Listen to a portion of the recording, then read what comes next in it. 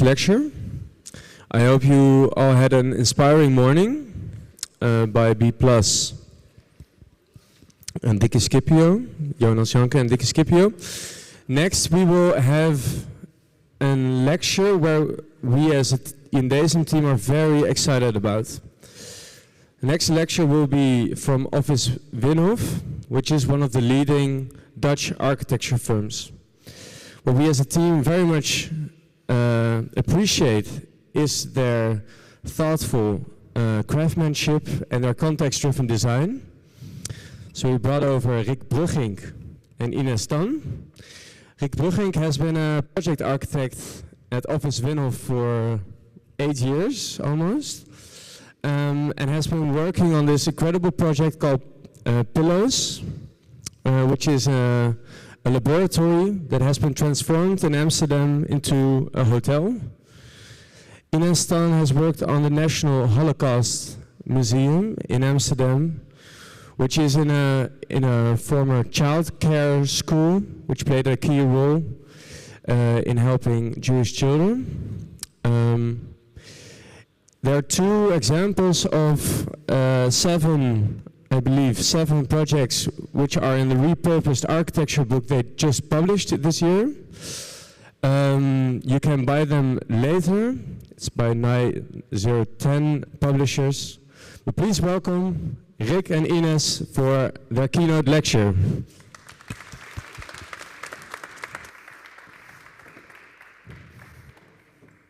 Okay. Hi, can everyone hear me? This works, huh? Thank you to INDESEM for inviting us. We decided to do the lecture together. We've been working both a lot on reuse buildings, and we do think we have been able to develop a certain method and strategy on how to deal with renovation projects. So we'll take you through about 6 projects that we think that are a bit key in how we reflect our work.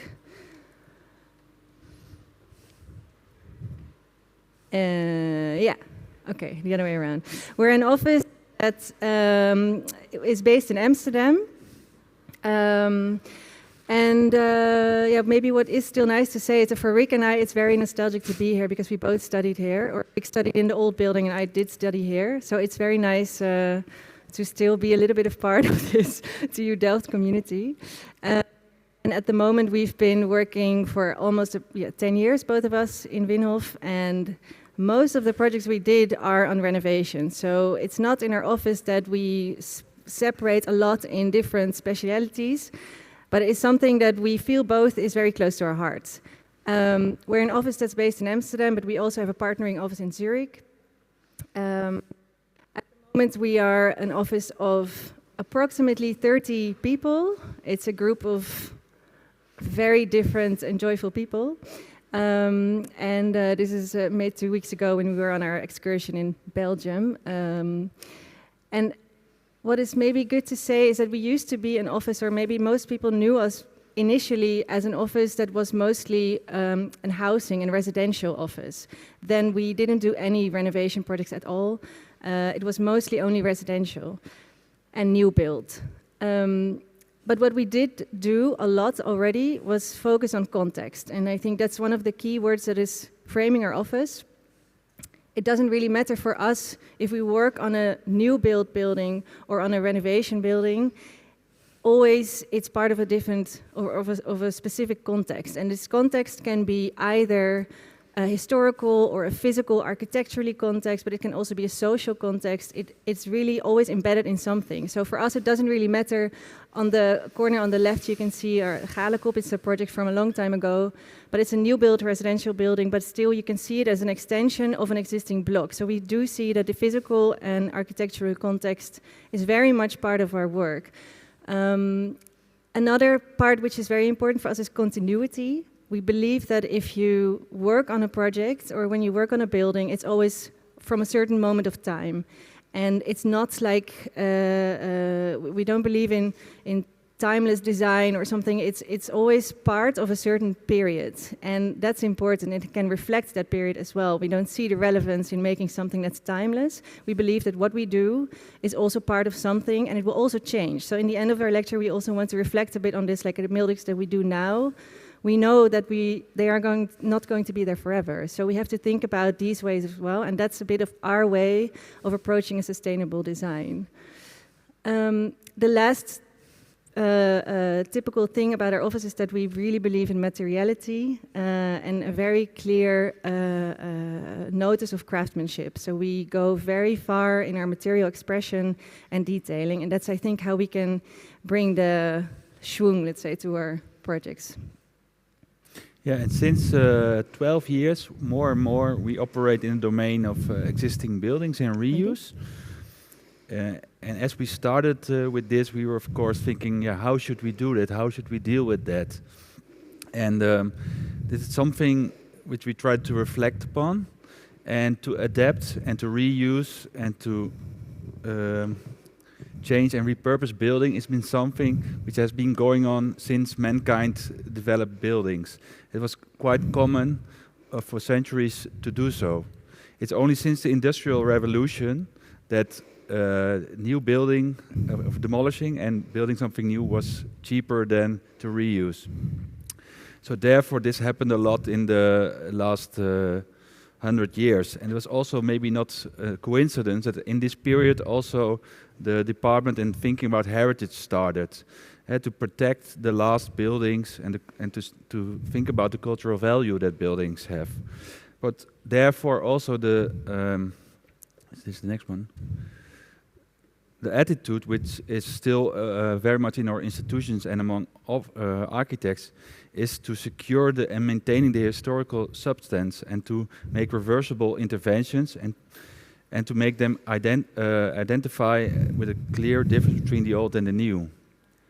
But if we look further back, we see that in the past this was not really the way it was done. There were a much wider and richer possibilities in terms of in the types of strategies which were possible. For instance, Gunnar Asplund in 1936, when he extended the city hall in Göteborg, Hans Dolgast repaired a museum in Munich, which was bombed during the Second World War. Okay. And Carlos Carper made this beautiful museum in a former castle. So what we think is interesting is to continue with the existing and to find motivation and ideas in the existing, so that we take the existing building as a rule and inspiration for all our new interventions. And this is also the way we deal with our projects. And that is something we also have to discuss often with the institutions, because we still notice that a lot of thinking is still based on this Venice Charter, which I showed you before.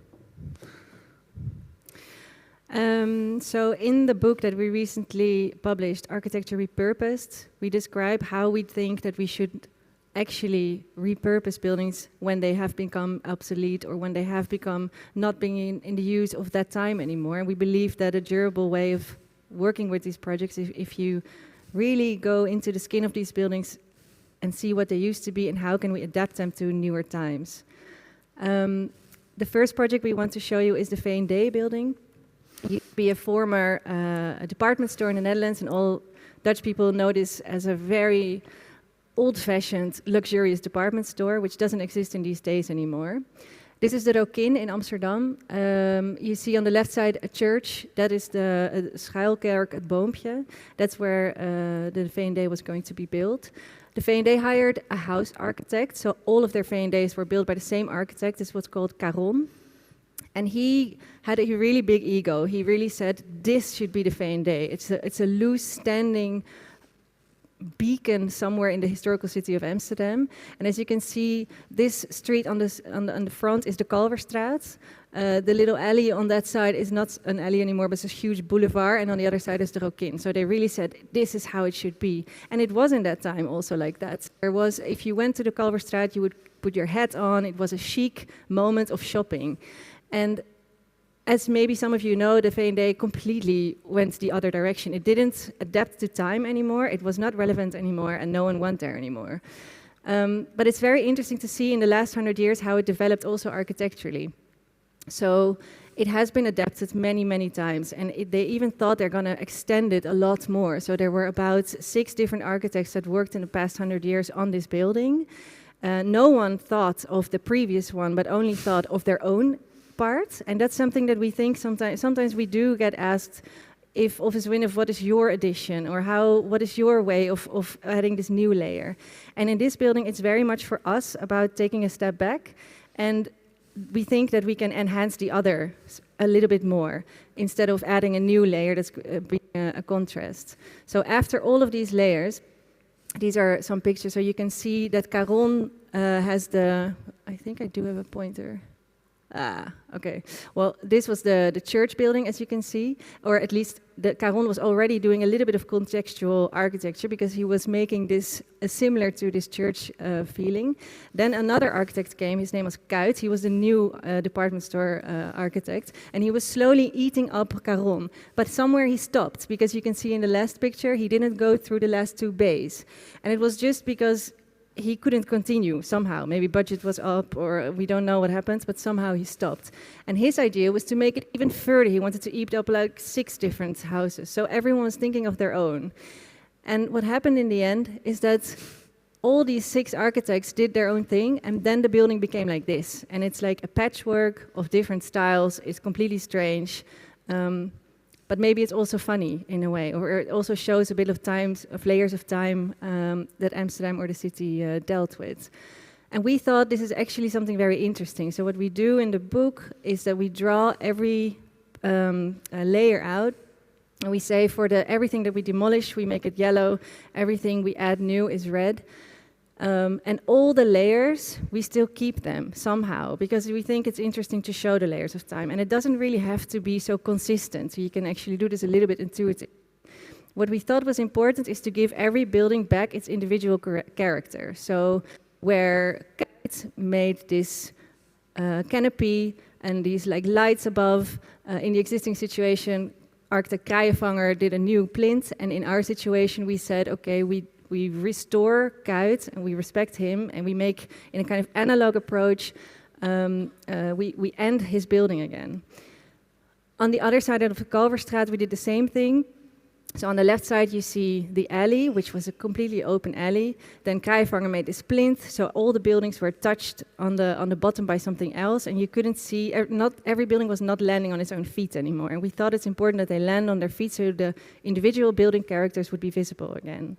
So that's what we did, and therefore we made this big retail glass facade, which is referring a bit to Caron. So every building is a bit like touched upon in a different way. It's a sum of a lot of different small things. On the inside, we did have to do a lot, though, because the building was in a very, very bad shape. This was not a monument either. It was not protected. For the client, it would have been so much cheaper to demolish the whole thing and rebuild something new. Also because we demolished so much out of the building that the whole building actually lifted up 9 centimeters from the floor, and it was very dangerous at a certain moment. You can see that all the columns are hanging on a substructure to make the whole basement new again. But we had to change a lot on the inside in order to make it work future-wise. So we spent a lot of hours and time on giving this building back what we thought it should deserve, even though it's not protected at all. And on the inside, you can see now everything is offices in the upper floors, because stores don't want to be in the upper floors anymore, but offices do want to be there. So we had to make it completely adjusted to the new wishes of the city again.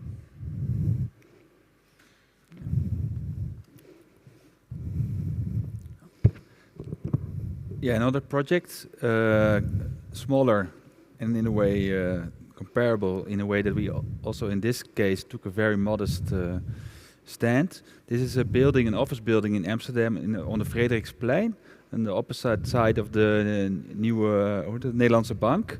It was designed by Arthur Staal in 1966. And as you know, Arthur Staal was quite a modern architect, but in this case he was forced by local authorities to make it also more contextual. Therefore, it has this strange concrete metal curtain wall facade on the right side, and on the left side it has this brick part which tries to make a connection with the typical Amsterdam houses on the Utrechtse Straat. And as you can see in this image, is that in the curtain wall facade it was a grid, but it was quite a complex grid which consists of two types of colors of concrete finishes and aluminium. But when time passed away, this building became almost obsolete. We would like to state almost that there are no obsolete buildings. And as you can see here, buildings from the 60s are often very badly insulated. They have a thin facade. They are hot in the summer, cold in the winter, and therefore there were a lot of additions being done to this facade. All the sunscreens, all the richness of the facade has been painted away or replaced by different frames. So our task was to make this building future-proof again, so that it could still be used as an office, but also match the current requirements of nowadays and the future. On the inside was maybe actually the biggest challenge. The inside looked like this. It was left behind, and it has a brutto floor to ceiling height of 2.90 meters. And I assume you all know that housing is more or less 3 meters each floor, and an office would be around 360. So how can you make a current office space in such a low space with all these beams, in which the bottom of the beams is only around 240? And as you can see all around you, maybe here not so much, but in the corridors, often all the corridors of offices consist of big air ducts to make sure the ventilation is organized in a good way.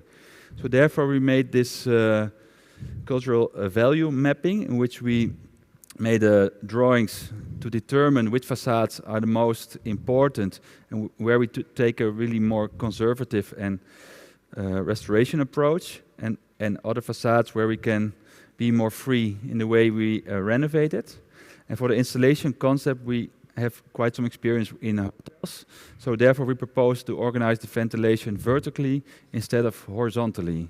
The installation advisor in this project was a bit surprised, and was also took us some time to convince them, but this was the only way to prevent big air ducts from passing these beams. And this made it possible to make a very high quality office space within an office building with floor to ceiling height of only 2.90 meters. This is how it looks nowadays. As you can see, it has been renovated and restored very neatly. There's no sign of Office Winhov, you could say, although there are some slight changes. Here you can see the renovated curtain wall facade with back again the different types of concrete finishes. And in this case, the client asked us to do also the interior for them.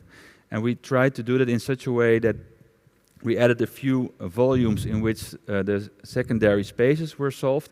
And in that way, we organized the plan and we could make an open plan with different zones. These boxes, we finished them with wooden panels, a bit inspired on the madman offices you can see with wooden paneling typical for the 60s. And as you can see, the ceilings are quite smooth. They have almost no installations because we made here a special ceiling which takes care of the heating and cooling of the space. And all the ventilation is organized in these vertical shafts and in the ceiling in these boxes. We had the opportunity from the client also to make it very nice in a sense that the interior design and the loose and fixed furniture could all be related to the grid of the building, and it was possible to make this very nice interior. And on the top of the building, we were asked to make the canteen of them, the restaurant, which you can see here. It's finished with very nice view over the Frederikspark. And only thing remaining from the original interior was this travertine wall in the staircase, which we renovated, and the staircase we also renovated, and part of this we bring back in the new interior. The next project is the Holocaust Museum, and here it was very much a thinking about a way of how to visualize a local history. It's not a museum that is on a random place. It's not about just national history of Jewish or Jewish history and Holocaust. It's very much a local story that happened exactly on this spot. And that was really the task. In this case, how can architecture reflect on a local history, and how can it tell this history as well? Because at the moment when this picture was taken, you can see that it looks like a very normal Amsterdam street. It's completely, totally, you wouldn't pass by. It's very normal. And that's the thing with these things, that we want to let the viewer or let the visitor become aware of something that used to happen. And how can architecture then play a role? Because over time, a lot of things happened to this building. And this picture reflects for me very much how all of these layers in time were actually captured in layers of paint. So you can see on the arm of this woman, there's the color research we did. She's one of the sculptures that's on the tympan of the Hollandse Schouwburg, on one of these two buildings that we renovated. And all of these layers in time are literally captured in all of these layers of paint. And this was very much for us a symbolic moment, thinking to which layer do we go back in order to tell the story. It doesn't always have to mean that we go back to an original situation, or that we go back to the time of the war, or that we go back to a time of memorial. We have to really think about which story do we want to tell and which layer do we go back to. Because as you can see, there were about 25 layers of paint, and that means 25 layers of time. So we really had to think, which layer do we go back to? And thinking about why to go to a certain period has to do also with how we view history. So when, for example, in Amsterdam, when the street names after the missteps of Stalin, the Stalinlaan in Amsterdam was said, we cannot call the street Stalinlaan anymore, it became the Vrijheidslaan. And this doesn't say anything about that we are erasing history, it says something that we look different upon history. In these streets, this is the Plantage Middelaan and a picture of different times looking at the Hollandse Schouwburg. As you can see on the left side, it was a very entertaining theater. It used to be the theater of artists, of the zoo. After that, it became the Jewish theater, so only Jewish people could play there. Or actually, Jewish people were not allowed to play in other theaters, so only in this one. In the middle picture, you can see the time during the war, where the Nazis are standing in front of the door to guard the door, because this building was used as a place for registering Jews and keeping them imprisoned until they were put on deportation to the camps. So it was a very closed box, and this was also for the Nazis a very efficient place, because the theater is very big, it's very closed, and you can do anything you want in there without having any spectators from the street. And after the war, you can see the picture on the right, it became a memorial place. That's what Jan Leupen did. He was the architect who designed the memorial, and he said it should be a very open place, so he removed the doors, and there's only fences, and you can look all the way to the back to the memorial. Because what happened after the war, as they said, this was never allowed to become a place of entertainment anymore. So much horror has been happening in this building that we should now say, it cannot happen anymore. But how do you do that? So the Stichting Hollandse Schouwburg, they bought the building and they gave it to the municipality of Amsterdam on one condition, saying never make here a theater anymore.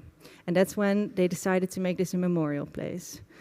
What Jan Leupen did was very interesting for us. He deleted the facade, so he made it completely open, and he made it very welcoming, as in should be a serene place, and it should be open and should host a lot of people who can come here to actually go to the memorial.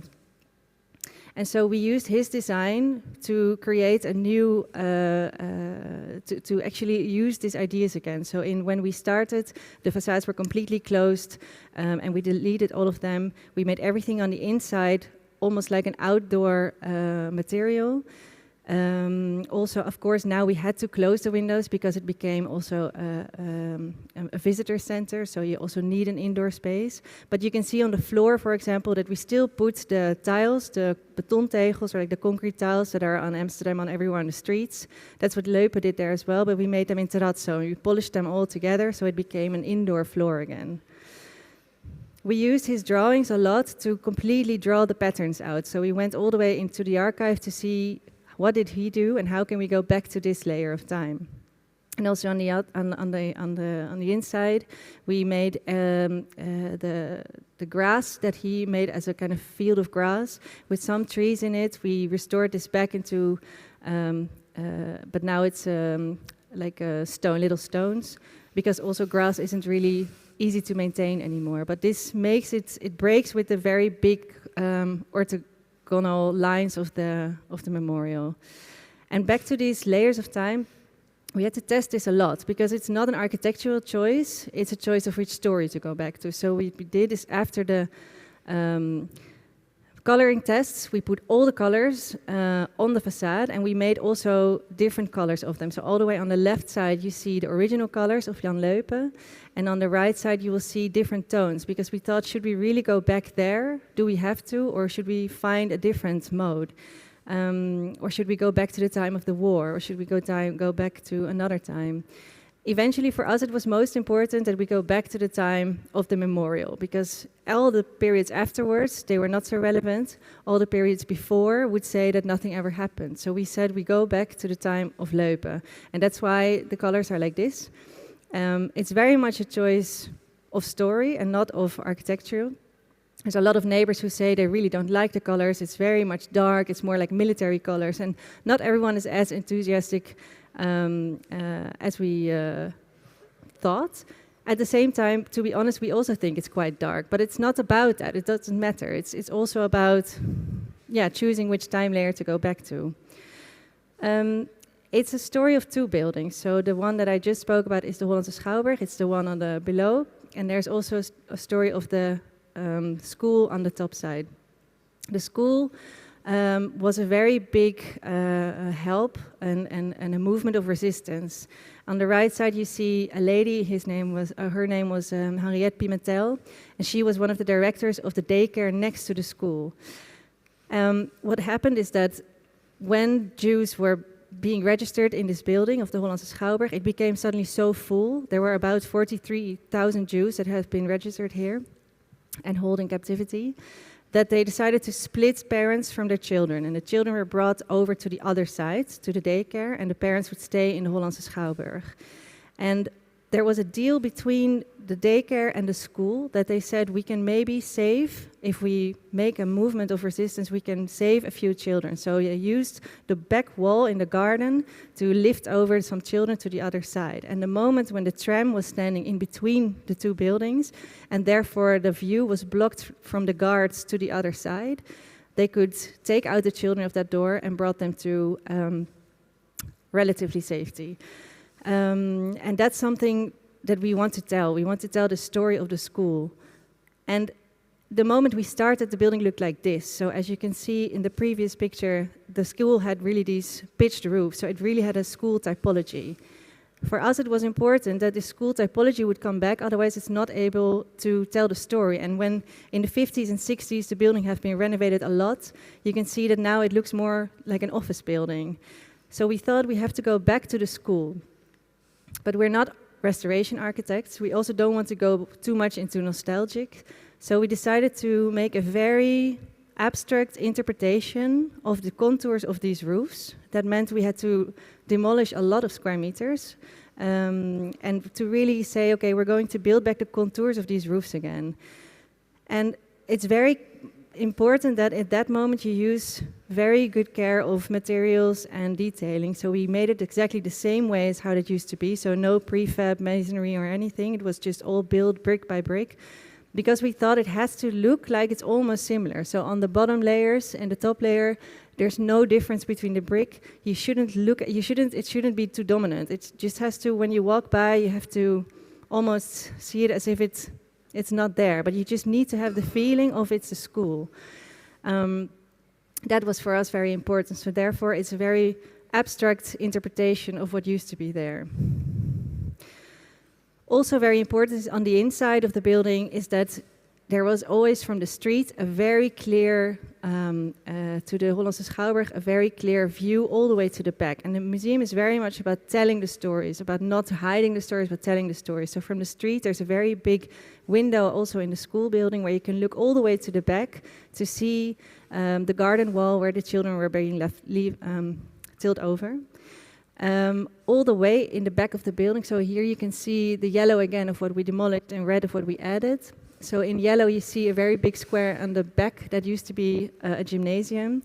And it was exactly on that spot where this wall was. So we said we have to demolish that gymnasium in order to be able to pull back the whole patio to the back so you can actually view on this garden wall again. It was, of course, very exciting to see if the wall was still there. Unfortunately, it wasn't. But it was a very good moment to see with the directors of the museum all the time, where do we go back, what is still there, what do we show? And eventually we decided to make a very open bay window where you can actually tell the story about these children that were being saved. And therefore you can see in the white is now the brick wall that we made new to focus on. This is actually this garden wall where the children were being saved over.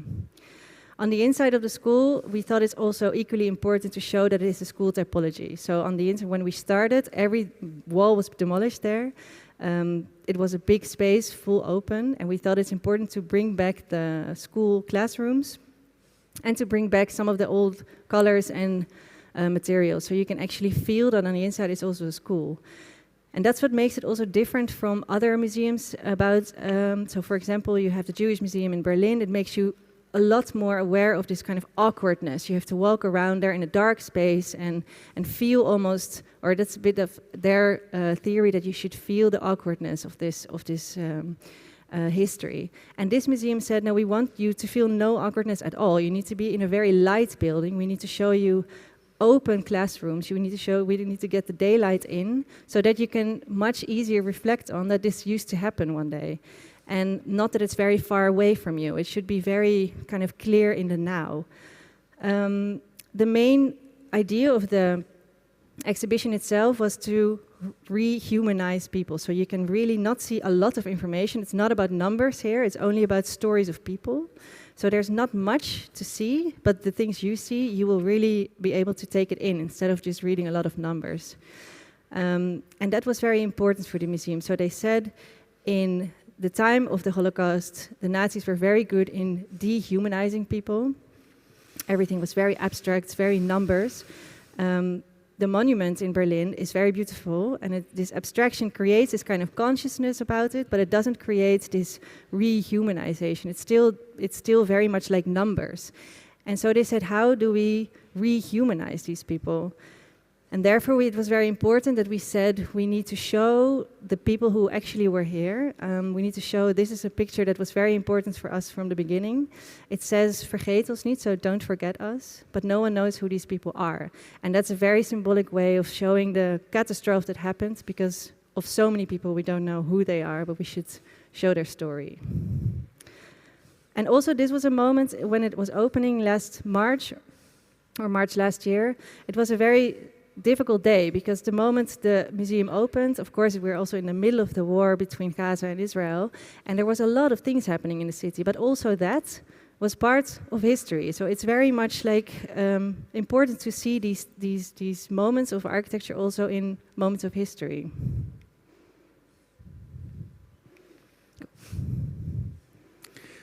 Yes, another project we would like to show you and tell about is the Pillows Hotel in Amsterdam in the Oosterpark. You can see it over here. It's part of a set of buildings which have been projected when this neighborhood was being built at the north of the park. And what happened that all these buildings got their own private gardens in the back with a big fence around it. So what happened is that the park became smaller. And this project is part of an idea to recreate again the big size of the park, to double the park. And therefore the ambition was to open it up. This was the building as we found it. It was empty. And I think Inez, you're on the photo. Eh? And this was a former university building where an anatomical laboratory where students would study body and animal parts.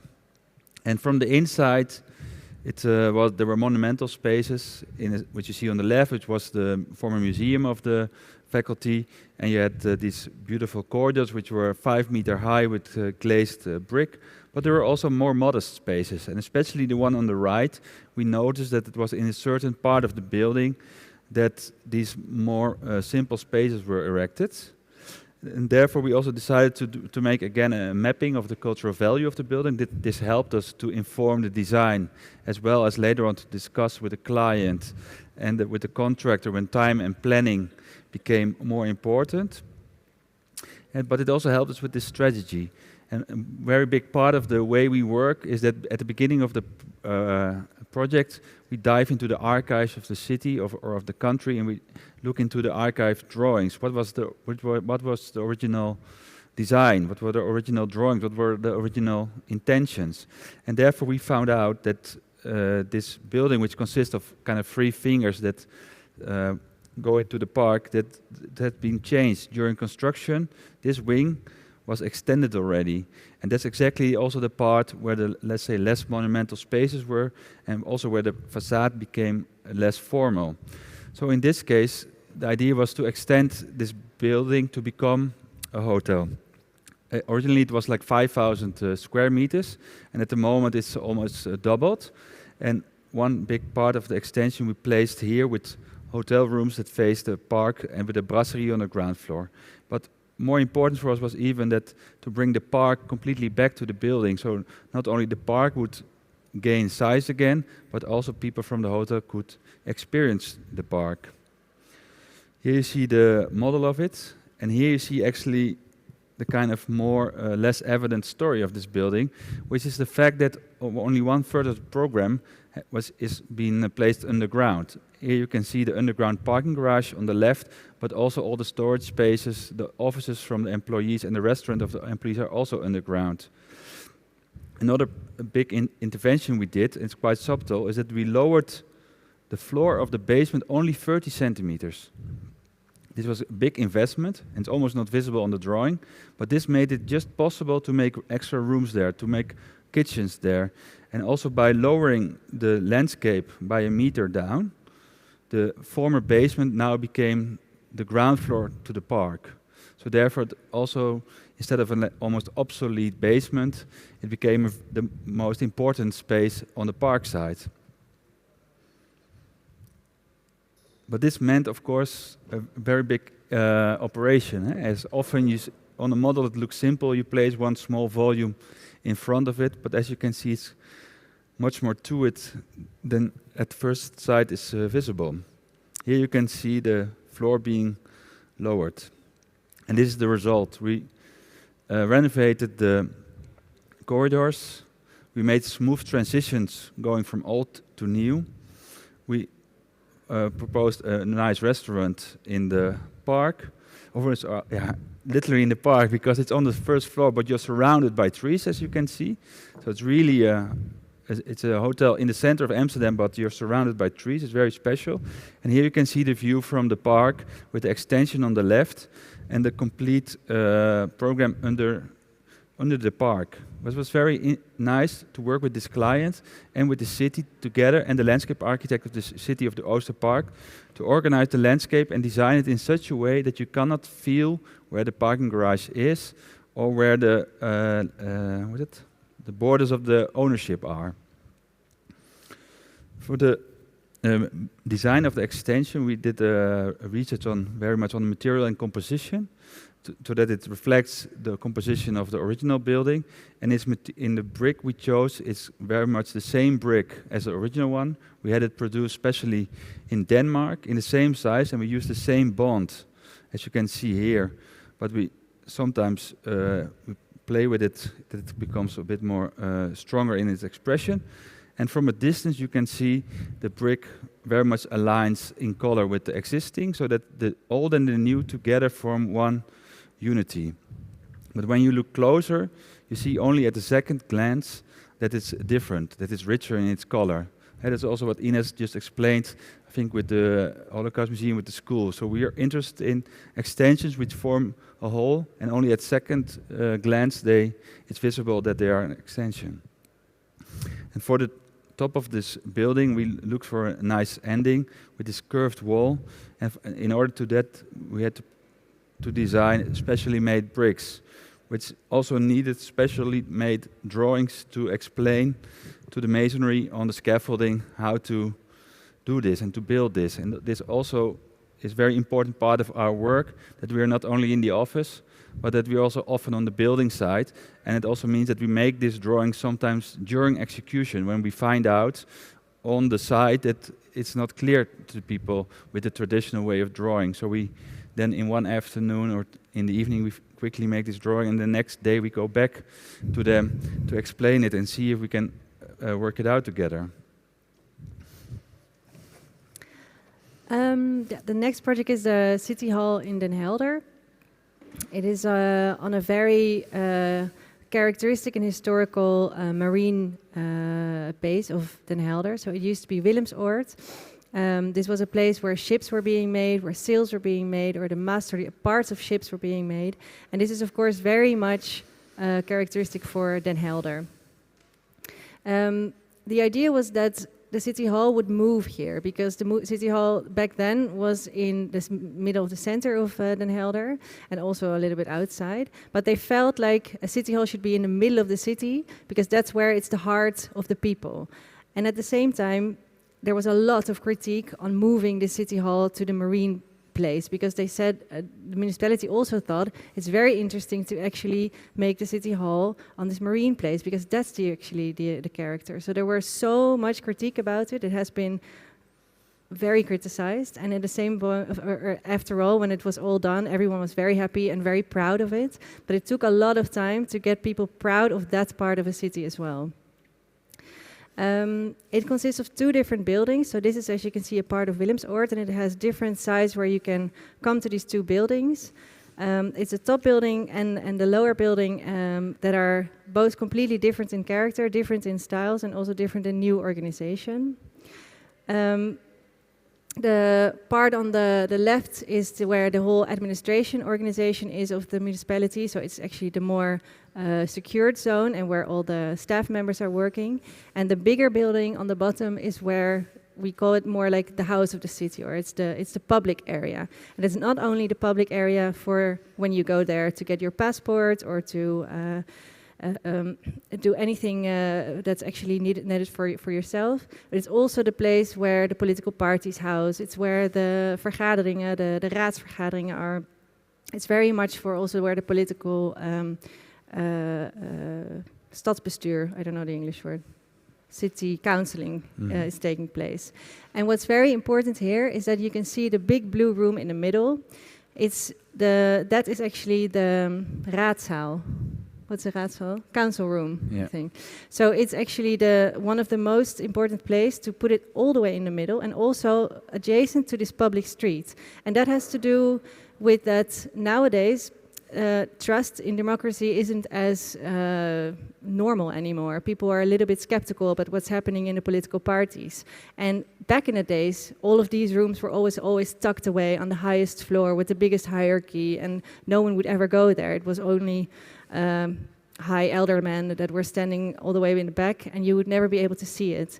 And nowadays we noticed a lot that people do have the interest to actually see what's happening and what is actually politically happening in the country, and therefore it's very important to place this city hall or the council room in the middle. One of these buildings was the oude mastenmakerij, so it was where the masts of the ships were being made. There was not much left of this building except for the beautiful structure and this little house. It was the director's room, and this director's room we used a lot to take reference in how to build the rest of the interior. And also another important part, you can see it already on the left, is these beams. You can see that everywhere there's the names of the wharfians, they call it, the werfianen, so the people who worked on this wharf. And when you've been working here, you were able to scratch your name in it. And those are very interesting things to see, that actually you are part of this nautical or marine history. So, as you can see on the left side, we used the interior facade walls, we used to really interpret the director's house from it. And we made these new roof lights in there. This is this big public street. And you can see on the roof lights, they actually shine more light on these names of the people who used to work here. It was also very important to draw everything out here. So we have every interior walls, we drew them out completely like how they were. Also, we did the signing. We made the doors with these extra, like holes in it, which also refer a bit to the marine character or the nautic history of this place. And as you can see, this council room also has the windows that you can actually look inside even. So it's not only a physical, that it's near the public street, you can actually look inside and see what they are discussing about. So that's very important in this project, there's very visibility of it. The new council room has a very big round table and a really big carpet that was also designed by an artist, Edith van Berkel, who we worked a lot together with. And everything, as you can see, is part of this nautic, historic marine character. And you can see from here also the very clear visibility back to this public street.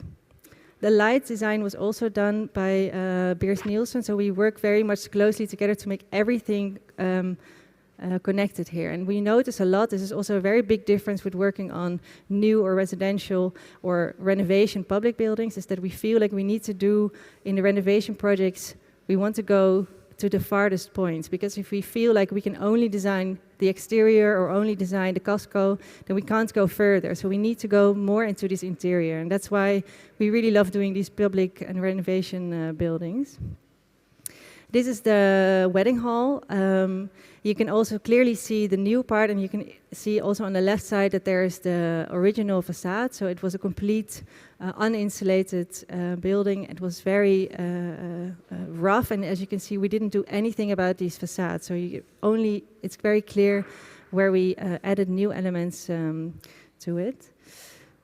The other building, which was the sail factory, where they made the sails for the ships. It was really like also a beacon on this place, a very big, massive factory building, but actually with a very flexible concrete structure. It's very open, you can do a lot, but the facades were very closed. It was a really beautiful facade also, but as you can see, quite high. So if this had to become an office building, we do have to change a lot. It's also, so we decided to demolish the facades and keep the whole casco and see what we can do to make this actually working for a new office building. And this is also part of our work is, of course, not only to make it look like from the outside all very matching, but we had to do a very big installation task here. So that's why you can see these drawings are actually also part of our work a lot. We have to really see how this goes, because we don't want the installations hanging out in the ceiling, same with Frederiksplein. We want them actually tucked away so you don't see them. So we had to raise the floor. So every floor in this building is raised about 80 centimeters, and everything is in the floor so you don't see it anymore. And we used this closed part to also use it in the facade composition. So the same composition is, or it's referred to the original state, but we made with this new metal facade elements. We closed the bottom and we made it actually very rough. And on the outside, the concrete, we didn't do anything about it. So it's really a matter of also choosing what do you do and what do you not do. On the inside, we decided to make new roof lights and to make one hole in the floor to actually get all the light in from all the floors down, so that all the offices also would have a lot of light into them. So all of the public space is around this big atrium. On the below floor, there's really like a lobby where you enter, and all the offices have a 360 view outside, but also a very nice meeting space on the inside of the building. And this is how the buildings are next to each other. Last project. Last project, and because of time, we'll try to keep it short. And this is also the project that we're going to visit this afternoon. So you can also ask your questions on site later on if you want. This is the Codrico former flower factory in Rotterdam. It's currently more of a corn factory. It's a project, it's a national monument, especially the part on the front and one of the silos in the back. It's been designed in the 50s as a first part and in the 60s again. And the architect was Jo Vechter. He was also a state architect. And it's also interesting to see his transition as an architect. And I think that also refers to our introduction. You can also see if an architect continues to work on its own project, how do they continue? And do they also take this, what kind of approach do they use? And what's very special about this building, that it's designed not for humans, but for a machine. Yeah, so when he started on this project, he received a drawing of the machine that had to be placed in this building, and for every part in the production process, he designed its own volume. And what you see very clearly is that the building consists of either closed volumes, which are often silos, open structures, like you see here, glass, and then again closed, and then again open. Yeah, so here in the top were the actually, that was the only part designed for humans. That were the offices in the laboratory of the building. And in the back, you see bigger silos, which were built in the 60s when it was needed to extend, to get to work with the competition of factories from all around the world. And on the top, he placed this, again, transparent cube, which is actually the elevator house. So only for the machine of the elevator, he made such a gesture. And that has to do with the fact that Jo Vechter was what they call a handshake architect, so that he worked as well as in a traditionalistic way and used new building techniques. And so they call it handshake because it was a handshake between modernism and traditionalism. And I would like to focus today a little bit on the silos, also because of the time. I'll skip a little bit of the rest. But what's very special for us is to work with the silo buildings. And on the left, you see the round silos, which were built in the 50s. And on the right, you see the execution of the honeycomb structures, which were built in the 60s. Of course, this project was so big and so important, also culturally, that we did this together with Crimson historians and with Bastiaan from 1,98 restoration architect. We demolish parts, which you see here in red, and we add the things in the blue. And I hope it's visible for you that you see what we add in the blue, that it fits with the way also the composition of the volumes was done before by Jo Vechter. So we added another, well, could say fourth cube. So he made first this one, this one, this one, and we make the next one. So we've tried to, with our design, to follow the logic of the former architect. The program, we were very lucky with this client, which was Red Company, that we got a little bit of freedom into define the program. So it was not a fixed program in a big book with a lot of Excel that we had to fit in and squeeze in. We asked them if we could study on a program which would really fit the building, and that the building would tell us a little bit what the program could be. And in generally speaking, it's a hotel on the front, a gallery in pink in the middle, in the round silos, and a housing block in the back. And it's actually an interesting story that the developer at first, when we proposed the housing in the block in the back, he said, now let's just demolish it and then rebuild it in this shape because that's cheaper.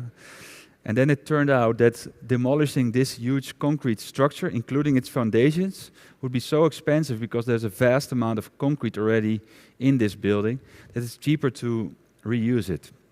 So this was for us a big opportunity to reuse such a, I would almost say, a bunker monster-like building with immense opportunities.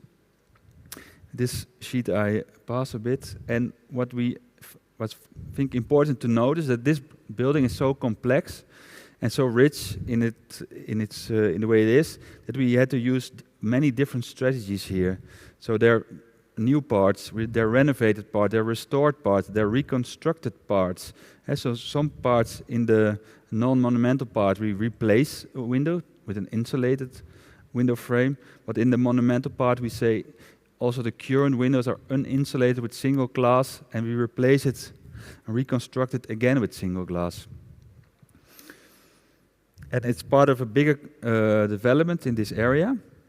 And what's interesting maybe to say is that we, on the top of this hotel, we propose to place a public restaurant. And this was an interesting discussion also with the authorities, where there was a discussion if this would be the right answer to the question. So we were asked, can you not make it more visible that it's a different design? This was the elevator house on the top of this building. It was not original, it was not on the original drawings by Jo Vechter, so we even don't know who designed or built this. But we thought if we have to make a restaurant here, we try to make something which has a formal resemblance with that. And in a way, like if Jo Vechter would design it himself. But it was quite a debate because there were people that asked us to make a rectangular glass box on the roof, which would be clearly something new.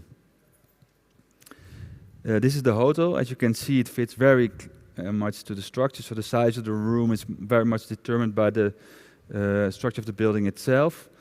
This is an interesting, the silo from '54. On the left, you can see the way it was constructed originally. It had a window on the south side, which is now not visible anymore. It's part of the bigger silo. And in time, there were things added, like these bridges. There was a trafo being added, so it didn't look so appealing anymore, and it was of course not public. So what we did in order to make it, to repurpose it and to make it suitable for the future, is that we took away this trafo part, so that the original facade would be visible again, but we opened it up so that that could be the foyer of the museum. And we also added windows in the top in a similar way as they were in the original design. And in the bridges we made openings, so from the bridges you had this view over the harbor.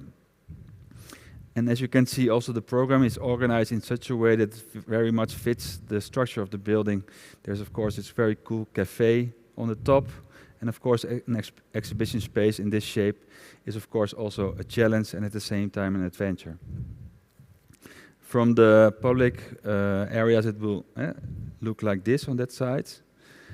And the last thing I tell you is the bigger silo. This is the silo with the honeycomb structure. We proposed a housing plan in this building which is very remarkable. We still think that if we ever build this, there's some people in our office that say that if they finish this, they're going to retire. Then they say, it's done. So this is kind of architectural dream. So what we did, we carved out a void in the middle for the circulation. And then we made housing plans in which every room has the same proportion and shapes. So a house would look like this. So you enter and you have a set of rooms which you can use in any way you like. And also the outdoor space is part of this structure. We tested that, of course, also in models, if it would be really work, and if we would like to live in it ourselves, and we think it's great, of course.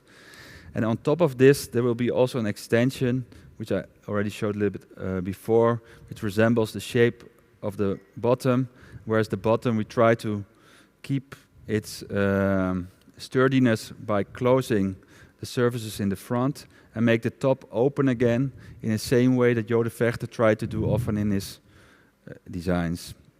And moreover than in the 10 years ago in our projects, not only we think our projects are sustainable because we reuse existing buildings, but also all the things we add, we try to do bio-based. So in this case, all the construction added to this building is in wood and bio-based insulation and other materials. Yeah, and the last note we want to reflect a little bit on is that, of course, we would be completely naive if we would think that the designs that we make now are going to stay like that forever. So what we try to do many times when we can is to see how can it actually evolve later on, how can it be adapted to new times, and what should we do now in order to make that happen. So for example, this is the housing project De Loodse, which was already done in 2001 and or finished in 2006, I think. But you can see in the plan that at the moment you can see in this part of the tower there's 4 apartments, but you can also say there's a very structural core. That's the thing that can stay. That's where the elevators are, the staircases, the structure, and everything around it you can actually take away. So if you want, you can also make this an office building later on, or you can divide it up to more little houses, or you can make one big penthouse eventually. So it should be possible to change these things eventually. This is one of our most recent projects to finish. It was finished a few months ago. It's the Opportuna Tower in Amsterdam West, and it actually has this same principle that we say we make a casco, we make a very flexible plan where we say the whole core is actually something that stays, and all these houses at the moment, they're very small houses for young people, about 30 square meters per house, but you can take away all the inner walls to make sure that they actually can be used later on for any kind of building. So that is also one way of thinking about how can it actually evolve in time, because it will of course never stay like this. Thank you. Thank you.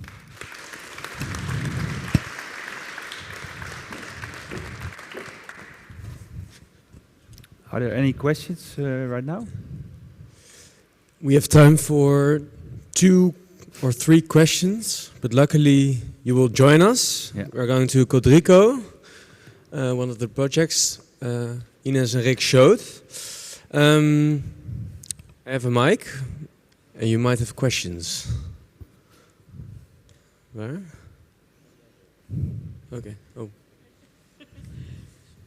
Hi, thank you for the inspiring lecture. Maybe it's too specific, but I was wondering with the gemeentehuis, I don't know where it was located anymore. Den Helder. But it was, yes, there was a lot of concrete on the outside and you also saw it on the inside. How do you work with cold bridges? Especially on the second one you showed with the red panels inside. You saw the concrete on the outside. Did you insulate on the inside then? Yeah, at this building, everything is insulated from the inside. And of course, for some buildings, yeah, you can't. There are always moments when there are actually cold bridges. It's in these buildings very difficult to actually avoid these things. But yeah, as a short question, everything is insulated from the inside. So it's like almost like a little box inside. And then where you could see the bricks on the inside was just a choice to let the cold bridge be in like the wedding room, for example. Actually, the other building from the the pitched roofs where you saw the bricks, nothing was insulated. Yeah, so we actually chose there to only insulate the roofs and leave the outside as they were. And that's always something there. It was completely, it's an, let's say, uninsulated wall at the wedding hall, for example. And there, yeah, we choose to do it like that. And then installation-wise, we have to see how we compensate or how we can work it out. But it's always a discussion also with installation advisors. Sometimes it's not always the best to make it completely like a covered little bubble inside, because it's also very good for these buildings sometimes to breathe. So you can, with several techniques, make sure that you don't have to insulate everything as completely new, but actually make it work that the building is able to breathe a little bit as well. Thank you. Yeah, it's an important question, because also in a lot of monumental buildings, we also try to look for strategies in which we don't have to insulate everything. So that certain parts of the program, like a space like this or a corridor, for instance, in the hotel, also all the corridors are non-insulated. So in order to be so that it's still possible to see these glazed bricks. And we also think it's less insulated, but you also use less energy to heat these spaces. Yeah. So you have to kind of accept a little bit of discomfort in order to deal with these existing buildings. It's also spaces that you don't spend a lot of time in. And so sometimes you get like at certain office spaces, you know, the people will work there maybe for 8 hours. You really need a very well regulated temperature. But at certain rooms, you will only be there shortly. So it's okay if you're a bit like, before you get uncomfortable, you leave the room again, and you have to choose where you do it and not. And that's actually also much better, like energy-wise, that you don't have to have the same rule over the whole building, because then you would really need a lot more installation. It's often these spaces where you still have your jacket on. Yeah. So the entrance hall, the corridor, etc. Also for details, obviously the Repurposed architecture book, which we sell today as well. There, all drawings, all details, all stories, narratives are being showed. Does someone else have a question? I see up there.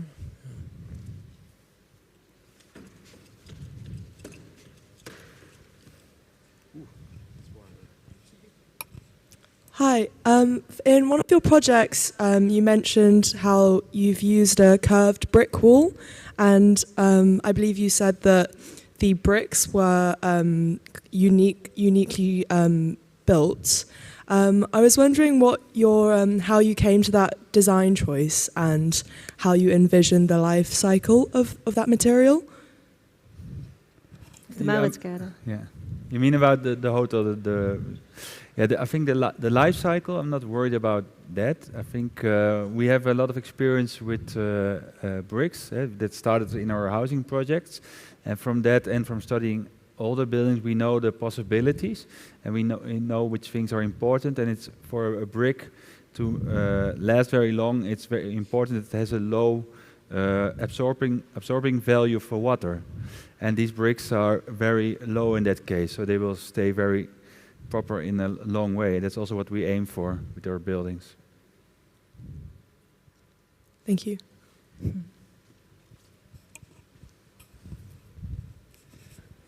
Well, then the last question. Someone still have? I see two in the front.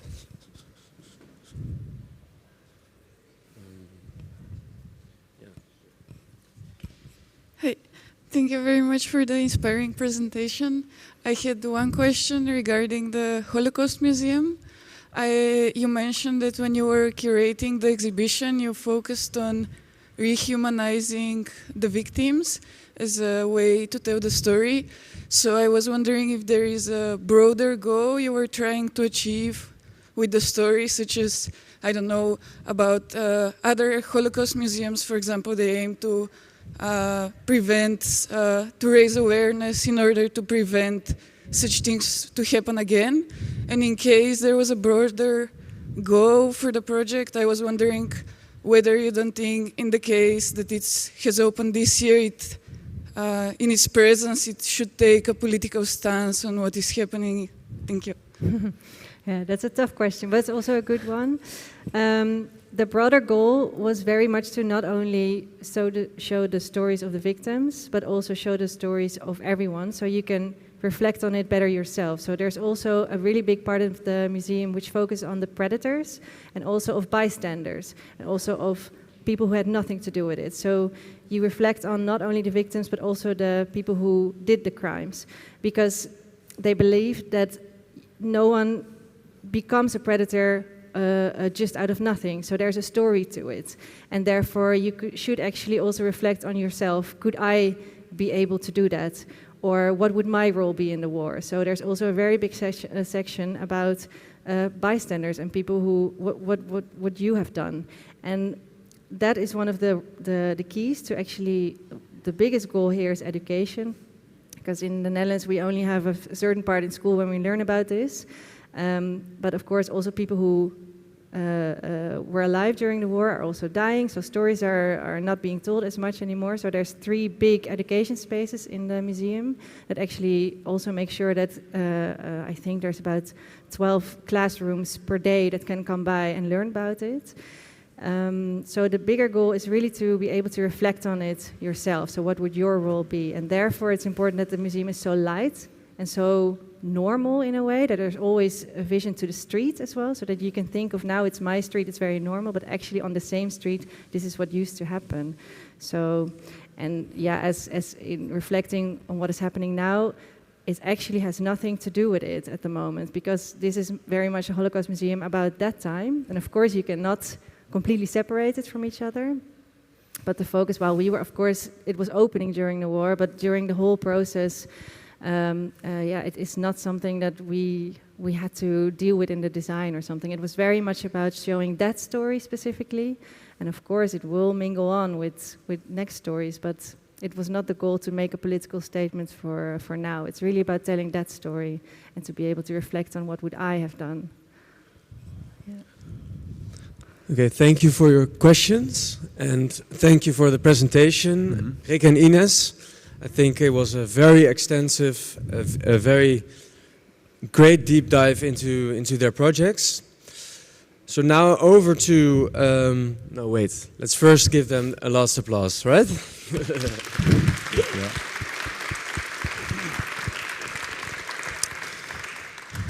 All right.